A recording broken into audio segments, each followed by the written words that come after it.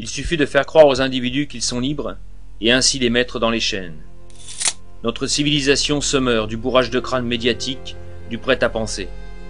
Nos vies sont déjà gravement menacées par la nourriture dépourvue du nécessaire vital pour notre santé.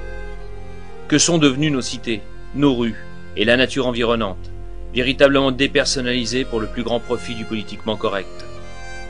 La disparition graduelle des espaces verts dans ces cages à poules fait naître une jeunesse désœuvrée, écœurée et déracinée.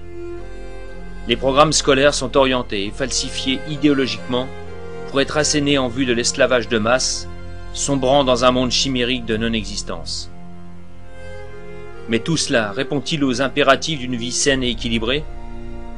Environnement saccagé, valeurs humaines anéanties, nos vies et nos esprits sont manipulés. Voilà ce qu'il convient d'attribuer à la logique de destruction de cette anti-civilisation.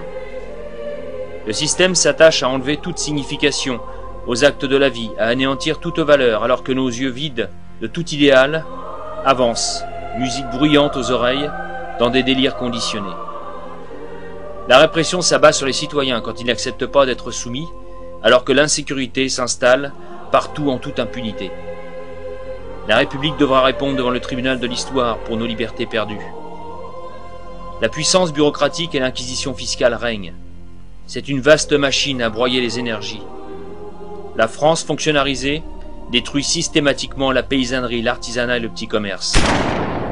Proudhon aurait dit « Contrôler, étiqueter, administrer, fiscaliser, amender, noyauter, enrégimenter, écraser, confisquer, endetter et finalement révolter, enfermer, parfois suicider ou fusiller. » Nous ne voulons pas être des numéros.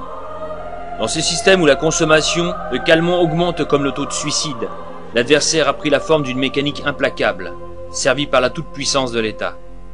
C'est ainsi que se construit une société programmée en vue de la consommation et aboutissant au spectacle permanent de la vie artificielle et idiote. Notre travail et nos impôts financent un système bancaire et économiquement injuste. Les financiers et les traders sans morale continuent à s'engraisser. Les super-profits explosent alors que des millions de travailleurs se retrouvent sans emploi. Le travail doit-il être géré comme une marchandise? Il se délocalise loin des lieux d'origine, avec son lot de déracinement et de misère. Est-il admissible de vivre ainsi? Sommes-nous dignes de la sueur et du sang versés par nos pères? Avons-nous bien dans l'esprit l'importance et la profondeur de ce sacrifice pour nos libertés?